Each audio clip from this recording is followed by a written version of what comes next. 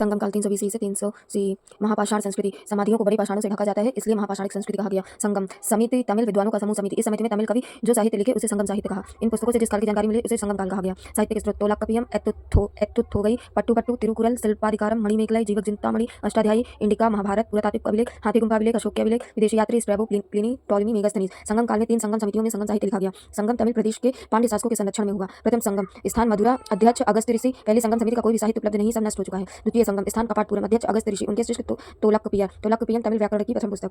तृतीय संगम स्थान मदुरा, अध्यक्ष नक्कीरर, ग्रंथ एत्तुथोगई, अहनानुरु तथा पुरनानुरु, 8 तमिल कवियों पुस्तकों का संग्रह। अन्य शिल्पाधिकारम, इलांगो, आदिकल, नुपुरपायल की कहानी। तमिल साहित्य का प्रथम महाकाव्य कोवलन कनंगी की प्रेम कहानी। तमिल काव्य का इलियाड, ग्रीक होमर की बुक इलियाड, ओडिसी। मणिमेखलाई, शीतलय सतनार, तमिल काव्य का ओडिसी बौद्ध ग्रंथ। जीवक चिंतामणि, रचनाकार तिरुक्तदेवर, जैन ग्रंथ। तिरुकुरल, रचनाकार तिरुवल्लुवर, तमिल साहित्य का बाइबल। पट्टू 10 काव्यों का संग्रह। चेर राज्य, सबसे प्राचीन राज्य। राजधानी करियूर, वंज। राजकीय चिन्ह धनुष एवं तीर। बंदरगाह मुजरिस। प्राचीन उल्लेख ऐत्रेय ब्राह्मण में चेर पाद का उल्लेख। चेर शब्द की उत्पत्ति चरल सेरल से हुई है, जिसका अर्थ है पर्वतीय देश। उदयन जेरल, इसने महाभारत युद्ध में भाग लेने वाली सेनाओं को भरपेट भोजन कराया था। बड़ी पाकशाला थी जहाँ से वह जनता को उन्मुक्त रूप से भोजन का वितरण करता था। नेडुन जेरल आदन, उपाधि इमयवरम्मन।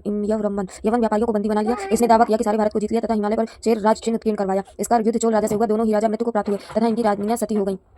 कट्टुवन, अगला शासक सेनगुट्टवन, लाल गुट्टवन, फिर अगला शासक सेनगुट्टवन। लाल चेर, भला चेर, धर्मपरायण चेर। महानतम शासक। उपाधि कदाल पिया कोही, कदल पिरक्कोतीय, जिसने समुद्र को मार भगाया हो। इसके समय पत्तनी पूजा, कनंगी पूजा प्रारंभ हुई। इसी का भाई इलांगो आदिकल था, जिसने शिल्पाधिकारम की रचना की। पैरुन जेरेल इरुम्पोरई, पैरुन जेरल इरुम्पोरई, इसने आदिग ईमान को पराजित किया। दक्षिण भारत में गन्ने की खेती प्रारंभ की। इस एक युद्ध में इसके पेट पर घाव हो गया। इससे अपमानित होकर प्राण त्याग दिए। इस वंश का अंतिम शासक गजमुख शेह हाथी के आंख वाला था, जिसे पांड्य शासक नेडुजेलियन ने उसे पराजित कर चेर राज्य की स्वाधीनता समाप्त की। चोल राज्य। राजधानी उरैयूर। राजकीय चिन्ह बाग, बंदरगाह, पुहर, कावेरी पट्टनम। पहला उल्लेख अष्टाध्यायी प्लानिनी। चोलों के उपनाम सेन्नई, सेनानायक, सेम्बई, सीवी के वंशज, बलावन, उपजाऊ भूमि के शासक, किल्ली मुखिया, इलंजेत जेन्नी, सुंदर रथों के लिए प्रसिद्ध, करिकालन, जले पैरों वाला। वेड़ का युद्ध, एक साथ 11 शासकों को पराजित किया। वाहे परंदलई का युद्ध, एक साथ 9 शासकों को पराजित किया। इसने अपनी शक्तिशाली नौसेना के दम पर श्रीलंका को विजय किया। कावेरी नदी पर बांध बनवाया तथा कृषि के विकास के साथ साथ तालाबों का निर्माण कराया। करिकालन वैदिक धर्मावलंबी था। इसने कई वैदिक यज्ञ करवाए। इसे शास्त्रों का ज्ञान था तथा इसने हिमालय तक विजय की एवं व्रज, मगध और अवंती को जीत लिया। करिकाल के बाद उसके दोनों पुत्रों में युद्ध हुआ, नरगिल्ली एवं नेडुगिल्ली, जिससे चोल साम्राज्य कमजोर हुआ। पांड्य राज्य। अर्थ पुराना देश। राजधानी मदुरई। राजकीय चिन्ह मछली, बंदरगाह कोरकई कोलची। उपनाम मिनावर, मछुआर, कबूरियार, कौरों से संबंधित, पंचावर, पांडवों से संबंधित, कावर अर्थशास्त्र में, मावर इंडिका में। पहली जानकारी मेगास्थनीज के इंडिका से मिलती है। नेडियोन, सागर पूजा की परंपरा को आरंभ किया। पल सालय मूड कुड़मी, प्रथम पांड्य ऐतिहासिक शासक, अनेक यज्ञशालाएं बनवाई। नेडुजेलियन फर्स्ट, कोवलन कनंगी की घटना इन्हीं के समय हुई। नेडुजेलियन सेकंड, इसने तलई या लंगानम के युद्ध में चेरों तथा चोलों को पराजित किया तथा चेर शासक गजमुख सेराय को बंदी बनाया।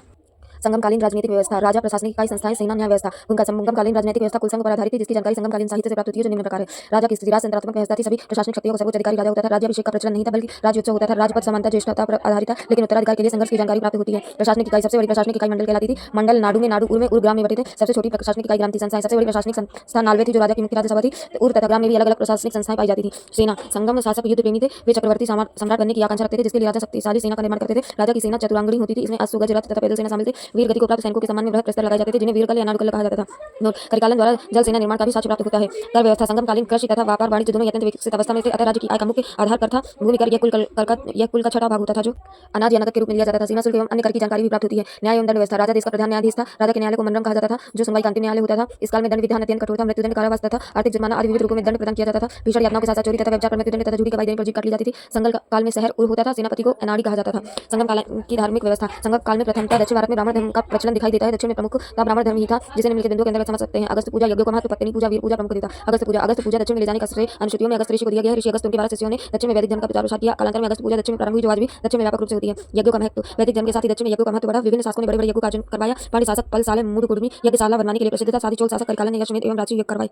पत्नी पूजा। चेर शासक सेनगुट्टवन ने दक्षिण में पत्नी पूजा, कनंगी पूजा प्रारंभ की। पत्नी पूजा में पुरुष अपनी पत्नियों का सम्मान करते हैं, उनकी पूजा करते हैं। फिर पूजा, नाडुकुल पूजा। ऐसे योद्धा युद्ध में गाय की रक्षा करके मृत्यु को प्राप्त होते हैं, उनके सम्मान में बड़े बड़े प्रस्तर लगाकर पूजने की परंपरा थी। ऐसे प्रस्तरों को वीरकल या नाडुकल कहा जाता था। प्रमुख देवता। संगम काल में बहुदेव की परंपरा थी। दक्षिण भारतीय कई सारे देवता को पूजते थे, जो निम्न प्रकार हैं। मुरुगन। संगमकालीन सर्वाधिक लोकप्रिय देवता, जिसे पहाड़ों पर क्रीड़ा करने वाला कहा जाता था। प्रतीक चिन्ह मुरुगा। कालांतर में इनका समरूप कार्तिकेय के साथ कर दिया।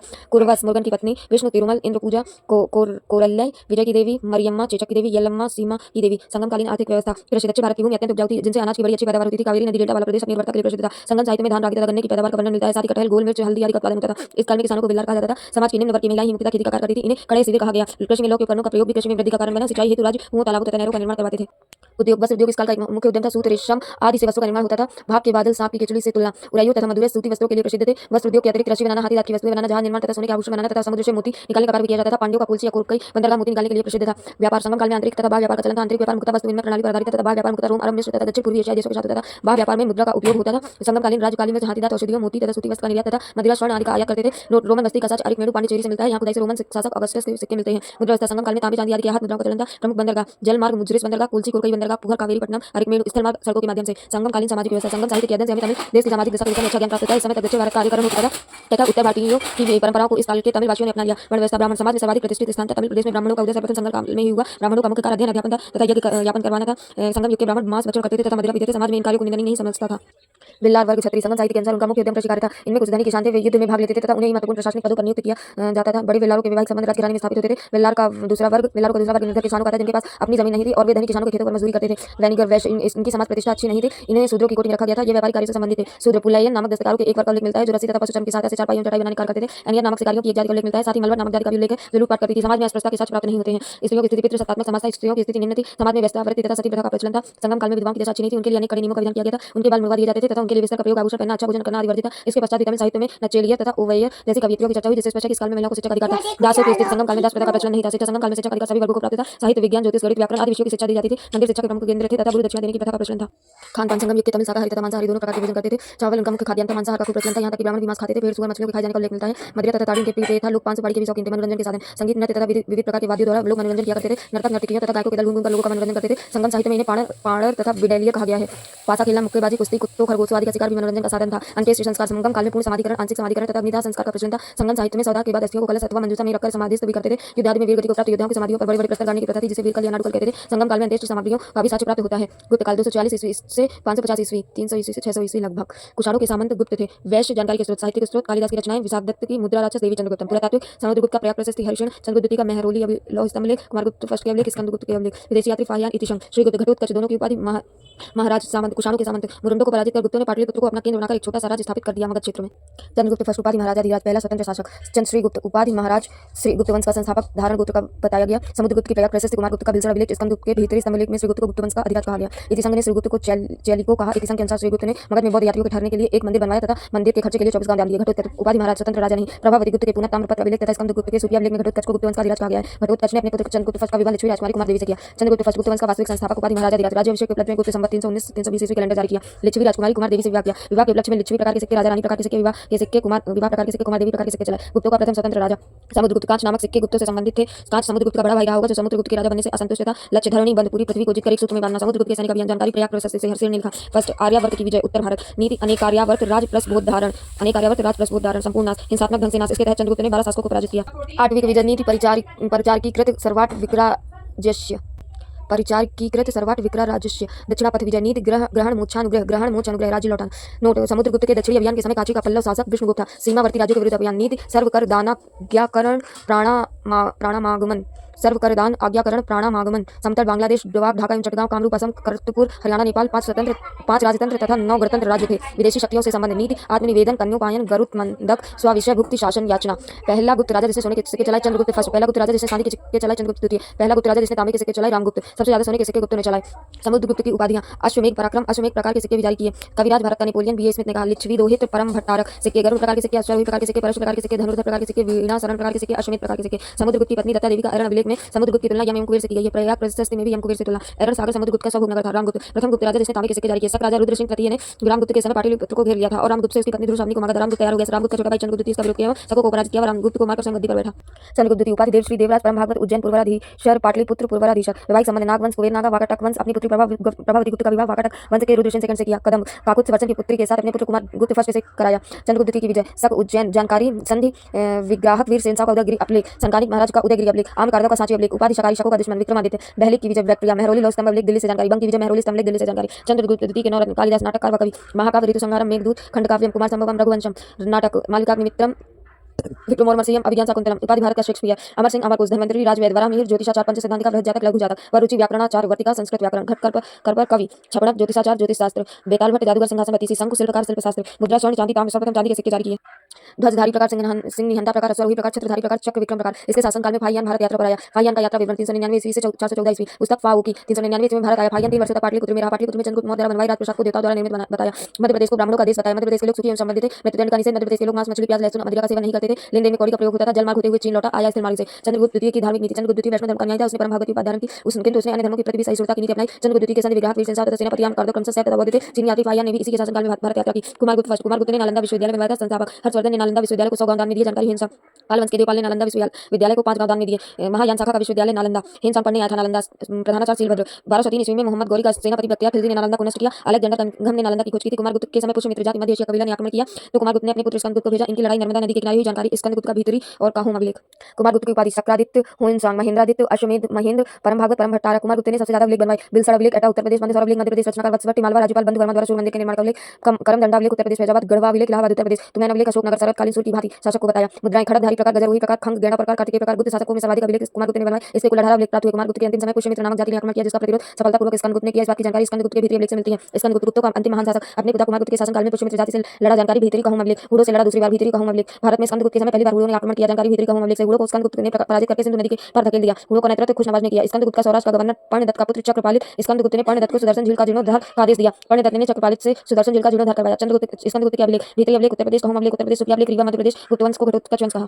पूर्व गुप्त बौद्ध मतानुयायी स्कंदगुप्त का भाई कुमारगुप्त सेकंड बुद्धगुप्त श्री विक्रम बौद्ध मतानुयायी नरसिंहगुप्त बलादित्य मेहरकुल हुड़ को पराजित किया भानुगुप्त एरर अभिलेख सती प्रथा का प्रथम अभिलेख शाहजगूपवंश की पत्नी के सती होने का वर्णन विष्णुगुप्त गुप्त वंश का अंतिम ज्ञात शासक गुप्तों के पतन का कारण अयोग उत्तराधिकारी स्कंदगुप्त के बाद परवर्ती जितने भी गुप्त राजा हुए वह अयोग थे इसमें ना ही साम्राज्य विस्तार की भुक्ति और ना ही नेता सामर्थ्य की विदेशी आक्रमण को रोक पाई आंतरिक विद्रोह को दबा पाए जो कि गुप्तों के पतन का कारण बना विदेशी आक्रमण गुप्त काल में सर्वप्रथम स्कंदगुप्त के समय हुड़ों ने भारत में आक्रमण किया लेकिन स्कंदगुप्त ने इस आक्रमण को असफल किया स्कंदगुप्त के पश्चात अयोग शासक आए तो मेहरकुल तोरमार के नेतृत्व में जब हुड़ों ने आक्रमण किया तो गुप्त शासक उन्हें पराजित नहीं कर पाए बौद्ध धर्म का प्रभाव कुमारगुप्त के समय से गुप्तों पर बौद्ध धर्म का प्रभाव होने लगा जिससे वे साम्राज्य विस्तार की आकांक्षा की जगह वह पुण्य अर्जन करने को महत्व देने लगे चैत्य विहारों के निर्माण में अपना गौरव समझते थे एवं अहिंसा की नीति के कारण गुप्तों का पतन हुआ सामंतवाद विदेशी आक्रमण के समय केंद्रीय शक्ति के कमजोर होने पर सामंत केंद्र पर आक्रमण करके खुद को स्वतंत्र कर लिया करते थे इसलिए गुप्त काल में सामंतवाद का बहुत ज्यादा बढ़ जाना गुप्तों के पतन का कारण बना उच्च पद का वंशांगत होना गुप्त काल में प्रशासनिक पद या उच्च पद वंशांगत थे ऐसे में उच्च पदों पर अयोग्य व्यक्तियों की नियुक्ति जिससे गुप्त साम्राज्य का पतन हुआ व्यापार का पतन प्रारंभ में गुप्त काल में व्यापार वाणिज्य अच्छी दशा में थे किंतु गुप्तों के अंतिम समय में भारतीय व्यापार का पतन हुआ क्योंकि हुड़ों ने रोमन साम्राज्य पर आक्रमण करके रोमन साम्राज्य को खत्म किया दूसरा हुड़ों ने भारत पर आक्रमण किया और जिस देश में विदेशी आक्रमण कर रहे हैं वहां व्यापार के लिए नहीं आए अंतिम समय में गुप्तों के सिक्कों में बहुत मिलावट देखने को मिली गुप्त काल का प्रशासन केंद्रीय प्रशासन राजा की स्थिति मंत्री परिषद प्रांतीय प्रशासन नगर प्रशासन ग्राम प्रशासन कर व्यवस्था सैनिक प्रशासन कानून व न्याय व्यवस्था केंद्रीय प्रशासन राजा की स्थिति राज व्यवस्था राजतंत्रात्मक थी राजा स्वेच्छाचारी निरंकुश एवं सभी प्रशासनिक शक्तियों का सर्वोच्च अधिकारी होता था राजपद का दैवीकरण हो चुका था उदाहरण समुद्रगुप्त की तुलना यम कुबेर से चंद्रगुप्त द्वितीय देवश्री देवराज की उपाधि उत्तराधिकार का नियम ज्येष्ठता पर आधारित था गुप्त काल में राजा बड़ी बड़ी उपाधियां धारण करते थे जैसे महाराजा धीराज परम भट्टारक सम्राट आदि मंत्री परिषद गुप्तों के अधीन एक मंत्री परिषद अथवा सभा होती थी इसका उल्लेख इलाहाबाद अभिलेख में मिलता है गुप्त काल में मंत्रियों के पद वचनानुगत हो गए थे उदाहरण पर्याप्त प्रशस्ति के लेखक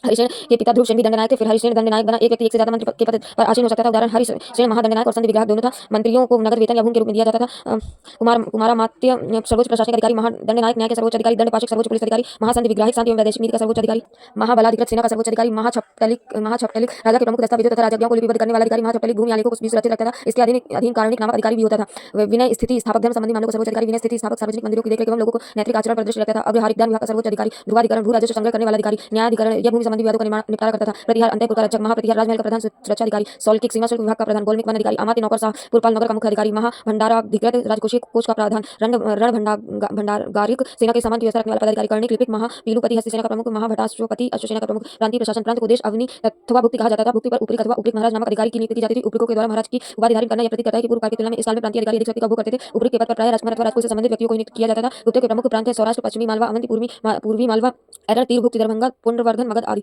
जिला प्रशासन प्रांतों का विभाजन जिला अथवा विषय में था विषय का प्रमुख विषयपति नामक अधिकारी होता था जिसकी नियुक्ति अधिकतर उपरी ही करता था जिला स्तर पर एक विषय अधिकारी नामक परिषद होती थी इस परिषद में निम्न के सदस्य होते थे नगर श्रेष्ठी नगर श्रेणियों का प्रधान सातवां व्यापारियों का प्रधान प्रथम कुलिक प्रधान शिल्पी प्रथम कायस्थ मुख्य लेखक जिले का विभाजन गांव के समूह में होता था उसे वीथी अथवा पेट कहा जाता था वीथी का प्रमुख वीथी महात्मया नामक अधिकारी होता था ग्राम वीथी पेट विषय भुक्ति साम्राज्य प्रशासन की सबसे छोटी इकाई ग्राम थी जो महत्तर के अधीन होती थी नगर प्रशासन प्रमुख नगरों का प्रबंध नगर पालिका चलाती थी नगर का प्रधान अधिकारी पुरपाल कहा जाता था नगर प्रशासन में वंशानुगत तत्व देखने को मिलता है उदाहरण के लिए गिरनार नगर का पुरपाल चक्रपालिका जो सौराष्ट्र के राज्यपाल पर्णदत्त का पुत्र था ग्राम प्रशासन की सबसे छोटी इकाई ग्राम थी जहाँ प्रशासन ग्राम सभा के द्वारा संचालित किया जाता था ग्राम सभा के प्रमुख अधिकारी महत्तर पंचायत का मुखिया प्रमुख अष्टकुलाधिकारी भूमि संबंधी क्रय विक्रय का अधिकारी कुटुंबिन कुटुंब का मुखिया न्याय प्रशासन सम्राट देश का सर्वोच्च न्यायाधीश होता था सम्राट के पश्चात सबसे बड़ा न्याय अधिकारी महादंडनायक होता था व्यापारियों तथा व्यवसायियों की श्रेणियों के अपने अलग अलग न्यायालय होते थे नगरक की जातियों के अपने अपने न्यायालय होते थे जिसे पूक कहा जाता था ग्राम में न्याय पंचायत करती थी फाहियान के अनुसार दंड विधान अत्यंत कोमल था मृत्युदंड नहीं दिया जाता था अपराधों के बदले समानता आर्थिक जुर्माने लिए जाते थे बार राजद्रोह का अपराध करने वाले व्यक्ति का दाहिना हाथ काट लिया जाता था नारद स्मृतियों के अनुसार चोरी करने पर ब्राह्मण को अपराध सबसे अधिक और शूद्र का सबसे कम माना जाएगा जहां कोई प्रमाण नहीं मिलता वहां दिव्य परीक्षा ली जाती थी न्याय स्मृतियों के अनुसार ब्राह्मण क्षत्रिय वैश्य तथा शूद्र की परीक्षा क्रमशः तुला अग्नि जल तथा विषय की जानी चाहिए सैनिक प्रशासन गुप्त साम्राज्य की सेना विशाल एवं सुसंगठित युद्ध के मौके पर सामंत एवं अधीनस्थ शासक उन्हें पूरक संसाधन उपलब्ध करवाते थे सेना का प्रधान अधिकारी महाबलाधिकृत था हथियों की सेना का प्रधान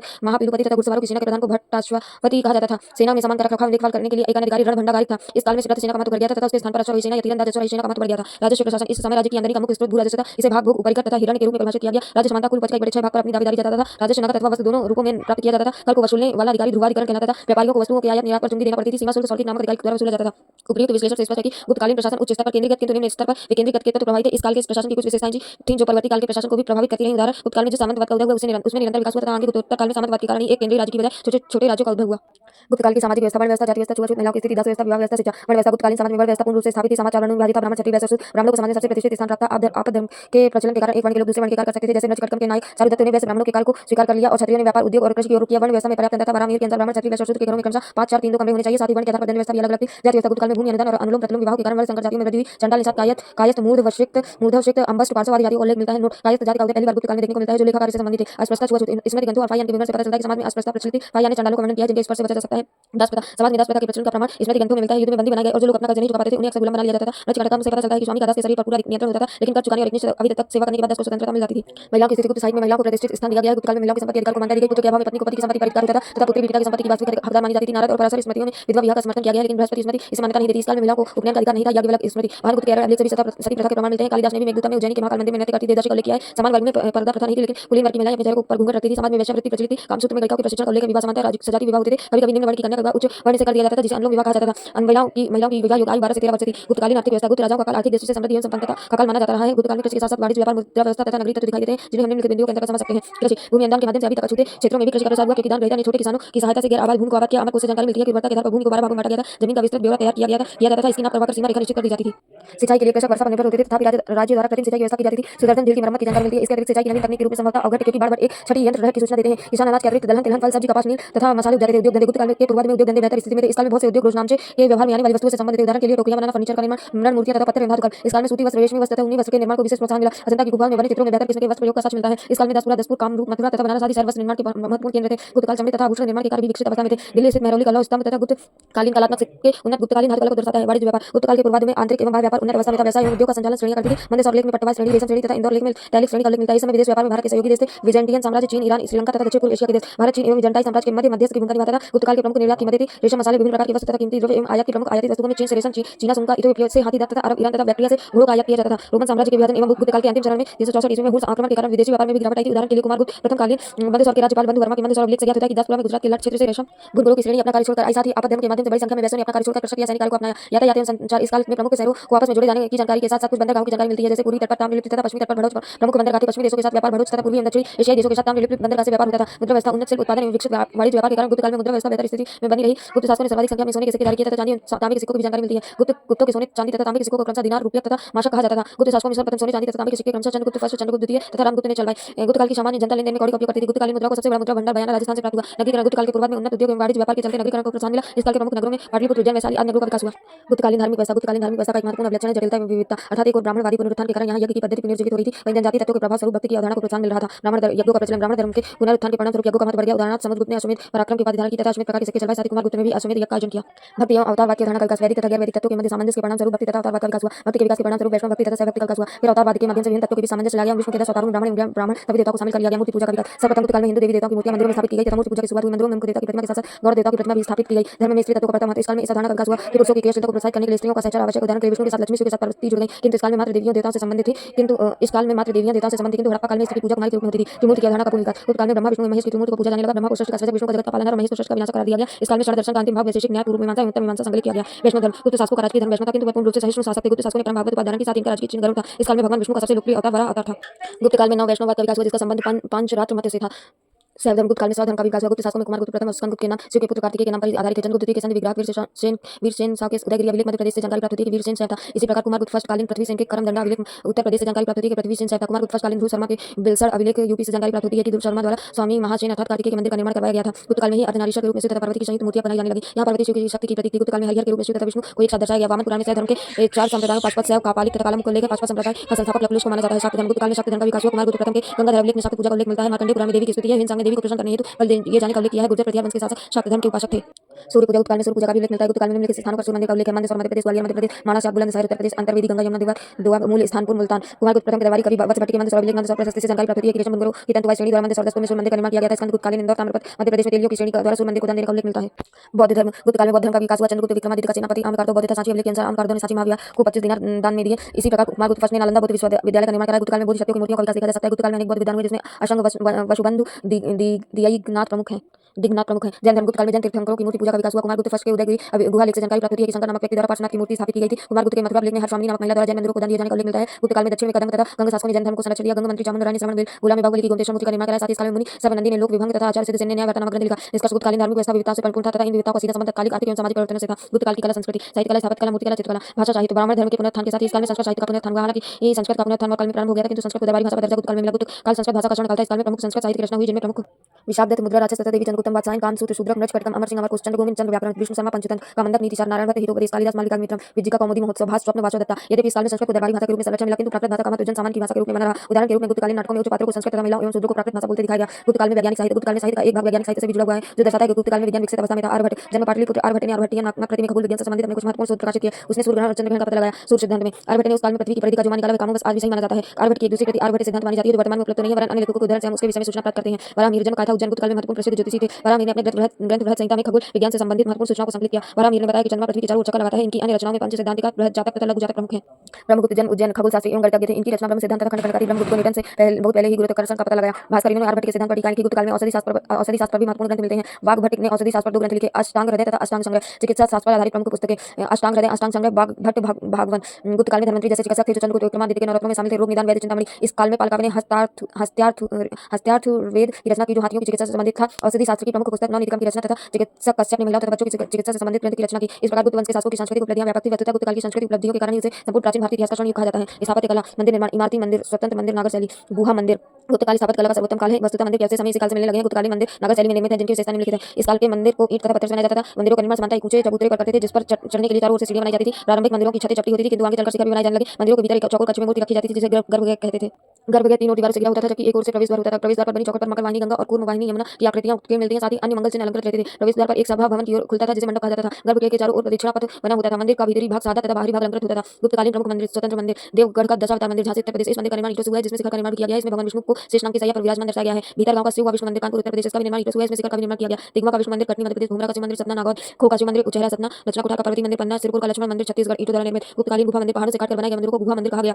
ब्राह्मण मंदिर: उदयगिरी का बड़ा मंदिर जिसका निर्माण चंद्रगुप्त के संधि विग्रह वीरसेन ने करवाया। बौद्ध मंदिर: अजंता का गुहा मंदिर। मूर्तिकला: गुप्तकालीन मूर्तिकला का विशेषता: गुप्तकाल की मूर्तियां अधिक शालीन एवं नैतिक प्रतीत होती हैं। कुषाणकालीन मूर्तियों में जहां नग्नता प्रदर्शित हुई थी वहीं गुप्तकालीन मूर्तियों को वस्त्रों से ढका गया था। गुप्तकालीन मूर्तियां सुसज्जित प्रभा मंडल बनाए गए जबकि कुषाणकालीन मूर्तियों के प्रभा मंडल सादे थे। गुप्तकालीन मूर्तियों में आभूषण के स्थान पर के सज्जा पर विशेष बल दिया गया। गुप्तकालीन प्रमुख मूर्तियां: सारनाथ में बैठे हुए बुद्ध की मूर्ति, यह धर्मचक्र प्रवर्तन मुद्रा में है। मथुरा में खड़े बुद्ध की मूर्ति, यह एकमात्र ऐसी मूर्ति है जो कुषाण कला से प्रभावित है। मनकुंवर इलाहाबाद की बुद्ध मूर्ति अभय मुद्रा में ऊपरी भाग में तथा मांसल। सुल्तानगंज बिहार की बुद्ध की मूर्ति अभय मुद्रा में। चित्रकला: गुप्तकाल में चित्रकला का विकास हुआ। इस काल की चित्रकला का उदाहरण अजंता तथा बाकी गुफा से मिलता है। अजंता चित्रकला: अजंता की गुफाएं महाराष्ट्र के औरंगाबाद जिले में स्थित है। इसकी खोज 1819 में जॉन स्मिथ ने की थी। अजंता में कुल 29 गुफा थी जो ब्राह्मण तथा बौद्ध धर्म से संबंधित थी परंतु 7 गुफाएं मुख्य हैं: 1, 2, 9, 10, 16, 17, 19। इसमें गुफा संख्या 9 तथा 10 सातवाहनों के शासन काल में निर्मित हुई। गुफा संख्या 1, 2 7वीं शताब्दी वातापी के चालुक्य की है। गुफा संख्या 16 मरना सन राजकुमारी का चित्र तथा बुद्ध के ग्रह का चित्र, सुजाता का खिलखिलाना, महामाया का स्वप्न, बुद्ध के जीवन के 4 दृश्य आदि का चित्रण किया गया है। गुफा संख्या 17 इसे चित्रशाला कहते हैं। इसमें माता तथा शिशु का चित्र अंकित है। पहली एवं दूसरी गुफा इसमें चालुक्य नरेश पुलकेशिन द्वितीय फारसी राजदूत का स्वागत करते हुए दिखाया गया है। साथ ही बुद्ध की मार विजय को भी चित्रित किया गया है। बाकी चित्रकला स्थान मध्य प्रदेश के धार जिले में खोज 1818 में डेंजर फील्ड। गुफाओं की कुल संख्या 9 है। नदी बागी नदी के किनारे वर्तमान में उपलब्ध गुफा 5। पंच पांडु गुफा, गृह गुफा, हाथीखाना गुफा, रंगशाला गुफा, पाठशाला गुफा। अजंता गुफा में पहली बार नीले रंग का प्रयोग हुआ। धार और अजंता में फ्रेस्को मुराल चित्रकला मिली है। गुप्तकालीन भारतीय इतिहास का स्वर्णयुग: राजनीतिक एकता का काल, महान सम्राटों का काल, धार्मिक सहिष्णुता का काल, उच्च प्रशासनिक व्यवस्था का काल, आर्थिक समृद्धि का काल, साहित्य एवं कला के विकास का काल, गणित एवं खगोलशास्त्र के विकास का काल। भूमिका: किसी काल को स्वर्णयुग कहने का कारण उस काल की चतुर्थिक समृद्धि एवं सफलता है। जैसे यूनान में पेस्कलिस के काल को तथा इंग्लैंड में 16वीं सदी की एलिजाबेथ के काल को स्वर्णयुग माना गया है। गुप्तकाल को स्वर्णयुग कहने के निम्नलिखित कारण है: राजनीतिक एकता का काल: मौर्यों के बाद गुप्त शासकों ने एक लंबे समय अंतराल के पश्चात साम्राज्यवाद की परंपरा को पुनर्जीवित किया तथा कुषाण साम्राज्य के पतन उपरांत छोटे छोटे राज्यों में बिखरे भारत को शासन के एक सूत्र में बांध लिया। उदाहरण के लिए गुप्त साम्राज्य उत्तर में हिमालय से लेकर दक्षिण में विंध्य क्षेत्र तथा पूर्व में बंगाल से लेकर पश्चिम में सौराष्ट्र तक फैला हुआ था। महान सम्राटों का काल: गुप्तकाल में अनेक महान सम्राटों का उदय हुआ जिन्होंने अपनी विजयों से उत्तर भारत को बांध लिया। समुद्रगुप्त, चंद्रगुप्त द्वितीय, कुमारगुप्त, स्कंदगुप्त आदि इस काल के योग्य तथा प्रतापी सम्राट थे। समुद्रगुप्त का आदर्श संपूर्ण पृथ्वी को बांधना धरणीवंत तथा उसने न केवल आर्यावर्त का उन्मीलन किया अपितु सुदूर दक्षिण तक अपनी विजय की यात्रा की। इसी प्रकार चंद्रगुप्त ने प्रत्यसन पृथ्वी जयार्थेन संपूर्ण पृथ्वी को जीतना को आदर्श बनाया, सबको उन्मीलन किया। स्कंदगुप्त ने बर्बर हुलों को रोककर भारत को सुरक्षित किया।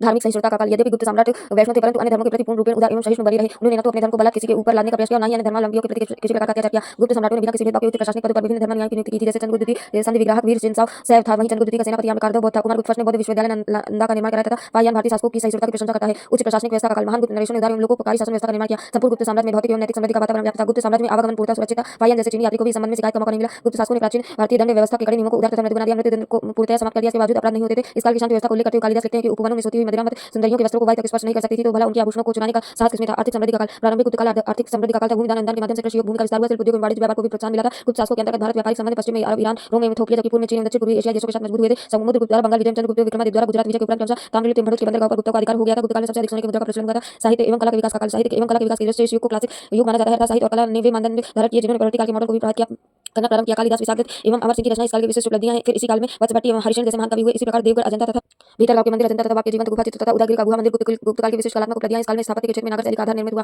गणित एवं खगोल शास्त्र के विकास का काल। गणित एवं खगोल शास्त्र के क्षेत्र में आर्यभट्ट तथा बारहमीर की उपलब्धियां स्मरणीय। इस काल में धातु कला का भी बेहतर विकास दिखता है। दिल्ली तथा महरौली लौह स्तंभ उन्नत धातु कला का उदाहरण। चिकित्सा के क्षेत्र में धन्वंतरि जैसे विद्वानों का उदय इसी काल में देखा जा सकता है। गुप्तों के पतन के पश्चात छोटे छोटे राज्यों का उदय हुआ।